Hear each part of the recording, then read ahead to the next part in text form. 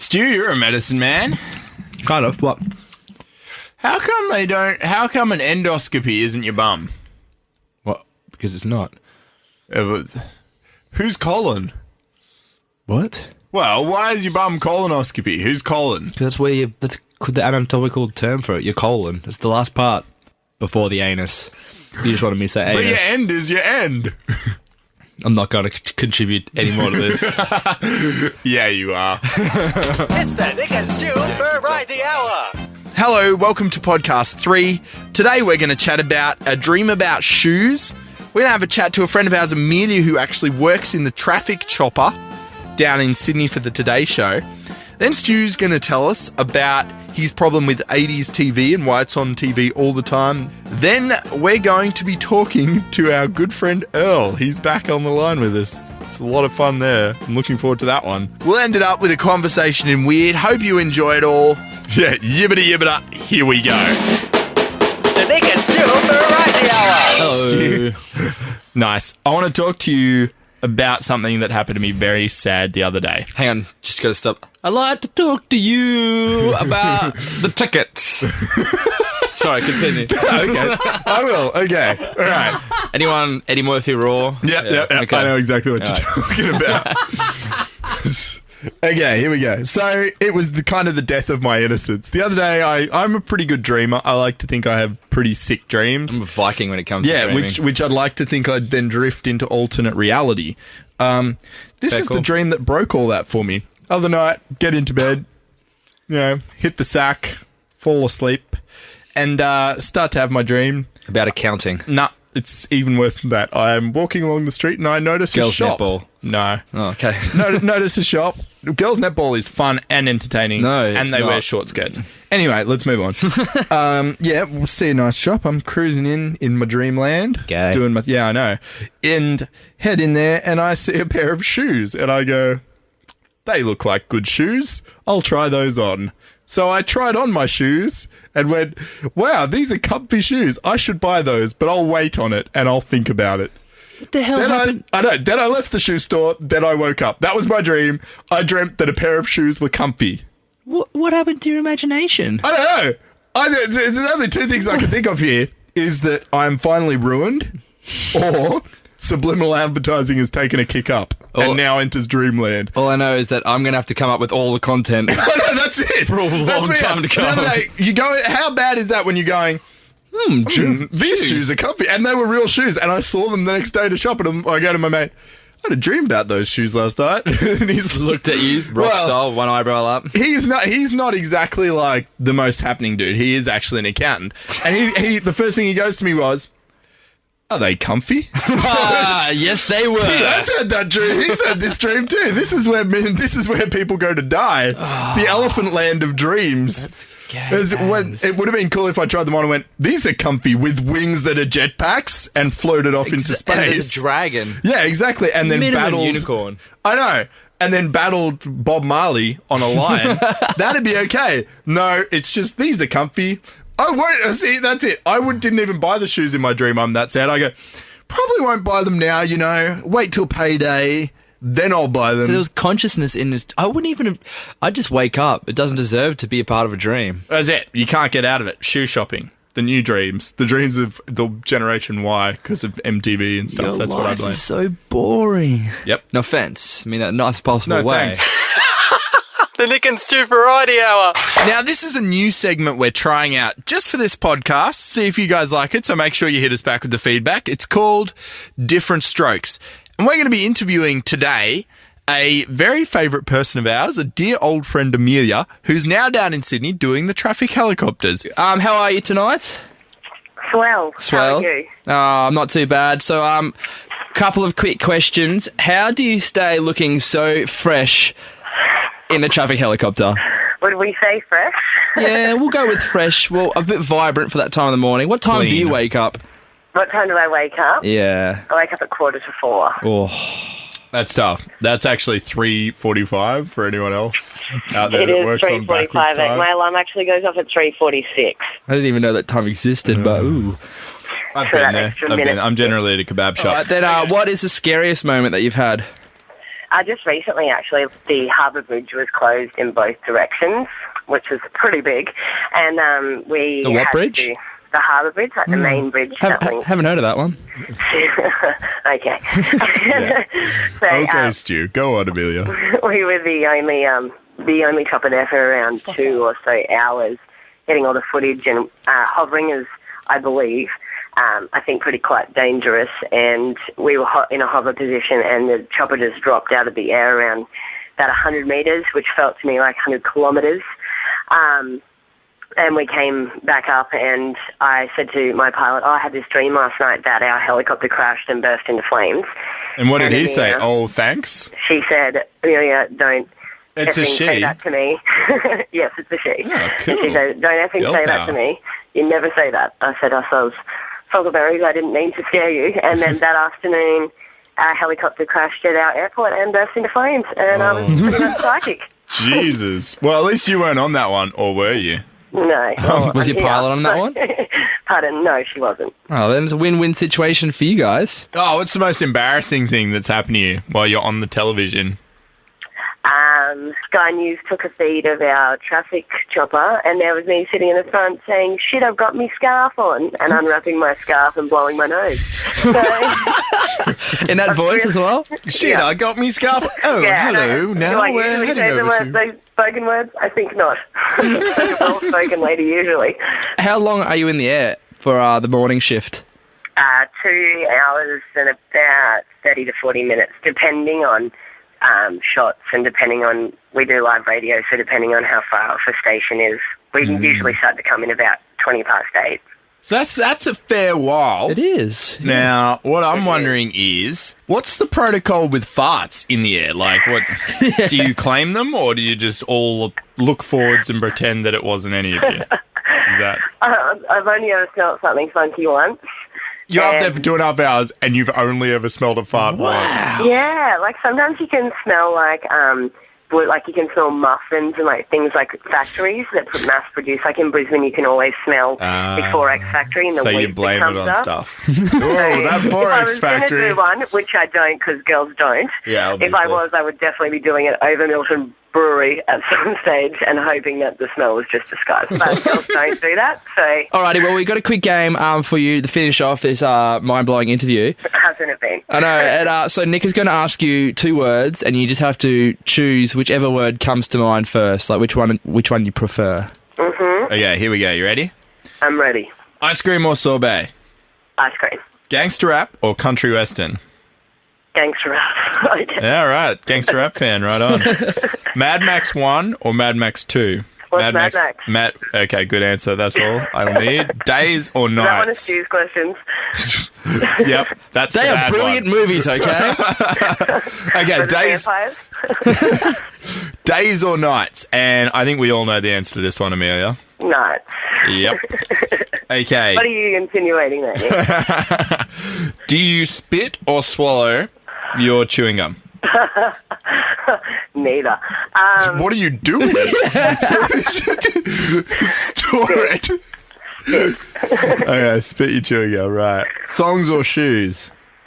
Songs. What do you wear in the chopper? Ugg boots. Yeah, I bet you do. Summer or winter? Summer, definitely.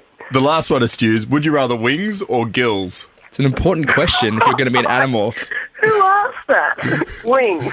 Yeah, good choice. Good call. All right, that's all. That's all we got for you. It's been splendid. No problems, Amelia. Thanks, Meals. Bye, guys. Thank Bye. you. Bye-bye. Given under my hand and the Great Seal of Australia on the 11th of November 1975. Ladies and gentlemen, well, may we say God save the Queen, because nothing will save the Governor-General. The proclamation which you have just heard read by the Governor-General's official secretary was countersigned by the Zebra Defender. The Zebra Defender strikes again! The Stew! Wait. No, isn't the Nick and Stew? No, it's the Stew. The Stew! No, the Nick and Stew! Variety Hour! Oh, God, the stew. And As you know, I've been studying a fair bit for uni as of late. I do know that because I haven't actually seen you. I've got this big study beard going. Exactly. There's a small bird living in it, just pecking your face occasionally. He's turned into his own ecosystem. Mate, I just don't Anyway, touch let's him. go. Okay. Let's Leave him out of this. I'm going to call him Jeff. No, but what's been happening is I wake up about 10 and I get to about 12 o'clock and I have breakfast. And then as I watch and eat breakfast, I watch TV from about 12 till 4 and then I go into studying after that. It's a hectic schedule, isn't it? I know. I've got a lot to learn. I've got a lot to learn. But what I've noticed is that we've got all these new channels, kick-ass channels, like epic channels, especially at 7, night. mate. Oh, 7, mate, Go, all of them, 1 HD. But what I've been noticing is between about 10 or 12 o'clock in a day to 4 o'clock in the afternoon, it's like Cheers, Bewitched, MacGyver, Airwolf, Knight Raider. The best TV. But I'm just like, I sit there on the couch and I'm like, this is so shit. But I can't get off the couch to not watch them. I'm just like, what happens now? Does MacGyver get out of it? Stu, they call them classics for a reason. Epic. But then Of course they're classic. they're classics, but I'm just like, I feel as if I'm getting older by watching them. Like, You're slowly aging. yeah, like, sorry. Need a walking stick to get off the wheel. Need to get home to see MacGyver. What's Matlock doing? Matlock. Matlock, my bad. What's Matlock doing? That's it. But- yeah, I understand where you're coming from. There is a lot of kind of 80s TV on these days. There's no cartoons, but like, you got your awesome cartoons at night, but I think there just needs to be more daytime cartoons. Ah, yeah, okay. I 'Cause get what you're saying. Myself and lots of people that enjoy not working love cartoons. Stoners. Yeah, I didn't want to point fingers. Uni students and stoners enjoy cartoons. We get what And they're putting cereal. out. Oh, cereal Fruit Loops is my saviour. Yeah, big time. It does draw an interesting thought that uni students don't do a lot. Like the only kind of real reason, hey, I'm a uni student. The only reason I stay in uni is so that I don't feel like a homeless person. Uni kind of allows me to have a cover of purpose. Yeah. Beyond that, like, I'm a uni. yeah, exactly. I'm a uni, so it's okay that I spend 8 hours of my day watching 80s movies. That's it. And don't wear shoes in public. Exactly. And have a weird beard. It's because I'm in uni. I'm It's in uni. not because I'm a heroin addict living in the park. And I'm literally afraid to go out of uni because then I'll know I am just a scourge to society. Oh, I just don't want to leave because I love the student card. Yeah. Just cheap everything. Why would you leave that? You can change your expiry date on those suckers. No, they're onto it now. A bloke at our uni tried it, ended. Had to go to the big dog. 2032. And that's when I'm leaving. So you'll be 56 when you graduate. Yes, I will. 56 years young. What are you getting at? Thank you. And that'll move me straight into the concessions. Oh, so you don't have to worry. There's no crossover. Story time.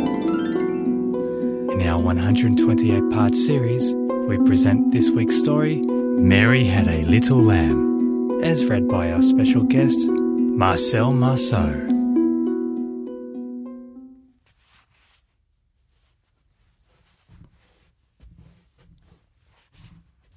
Seriously, where the fuck do we get these people from? Nick and Stuart's Caller One, please don't call me anymore! Nick and Stu Variety Hour. We've got Earl on the line, the superstar from Podcast 1, that segment that we got all really good feedback from. Hello? Hey Earl, it's Nick. What's going on? All right, game on. We're going to put you on to the pizza shop. Don't make it too cheesy, pardon the pun. Don't cheese it up because we want the pizza shop to think they're onto a real kebab shop. So you can use your slogan, but you know what I mean? I'll try and sort something out. Hello, Earl. How you going? Good, thanks, mate. Thanks, mate. You sound so cheery. Nice radio voice. Stu, what's going on, pal? Mate, not too much. You sound very cheery for this time of the night. I am. I've had a beer. Things didn't go so well for us last time we tried to have a chat too. We called you when you were coming outside. You came out of a TAFE exam, is that right? Yeah, one of the biggest exams of the semester. How'd that end up for you? Did you pass it? Oh, I don't know. I didn't get let back in. That's good. Were you finished before you walked out? Or you were still going? No, No, I was about halfway through. What was your thought process there? Why'd you come out? Well, I thought, look, the teacher's a nice bloke. He'll let us back in, but he wasn't. Not a nice bloke. Wasn't a very nice bloke at all. What's his name? Do you want to name and shame him? I better not name him. It surprises me that he didn't. I mean, you answered a phone call, you had a chat for about 20 minutes outside, then you came back expecting to come back in. Are you sure the test wasn't just over? You just... No. So, Earl, the test that you walked out on / failed, what do you have to do now? You failed the course, you got to start again, or? I'm going to repay the admission fee to go back there and do it all again, I suppose. Another 8 weeks, I think. And is wait a minute. Hold up a second.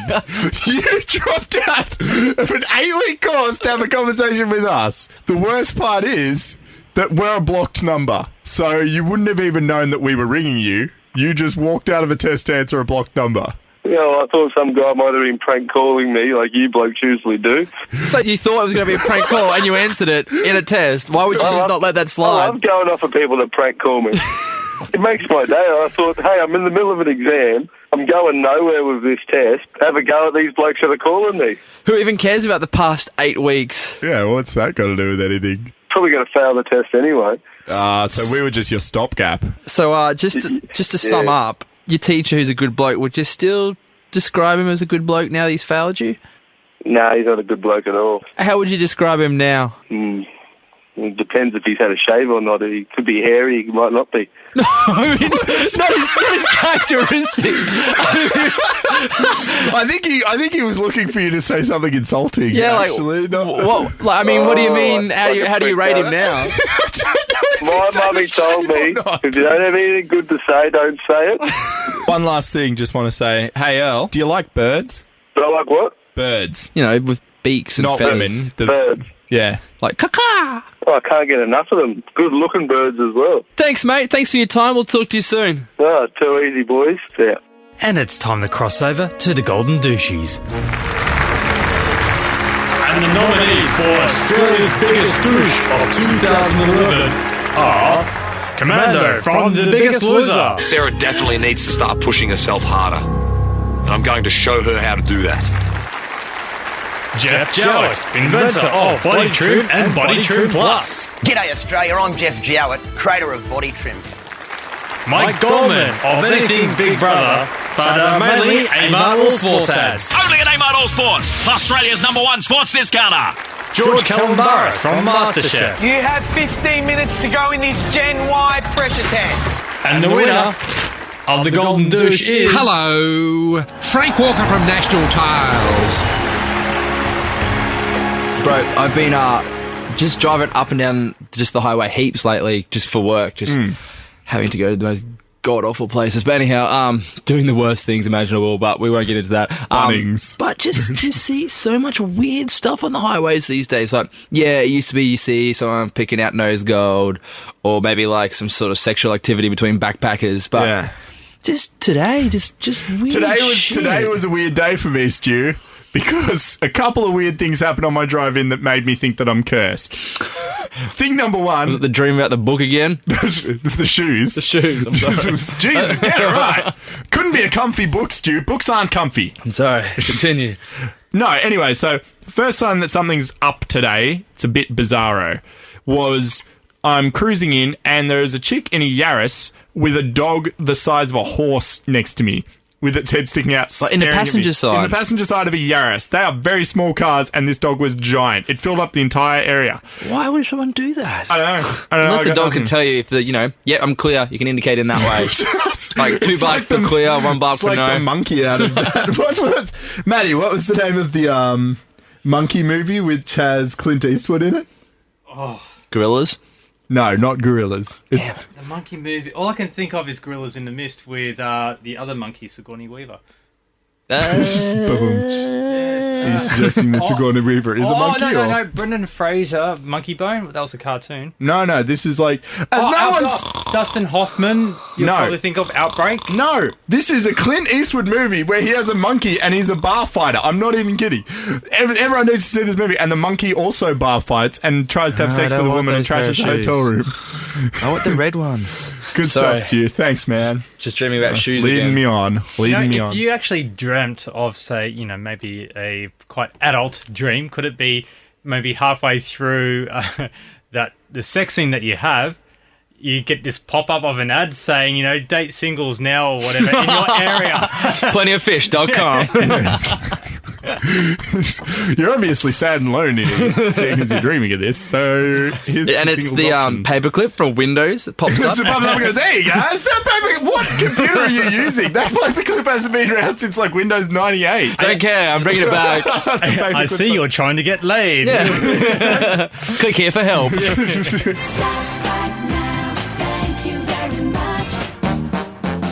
Okay, so that was podcast 3.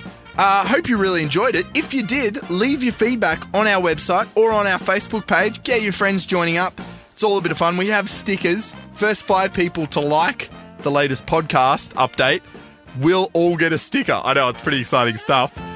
Also, podcast 4 out in 2 weeks, maybe with a little surprise. See you next podcast. But we won't because it's a podcast, but you will hear me. And there'll be no interaction between us. But it is a podcast, so you will hear me. Should be good. That was the Nick and Stu Variety Hour, brought to you by Nick and Stu. For more podcasts, go to nickandstu.com or send us an email, nickandstu@gmail.com.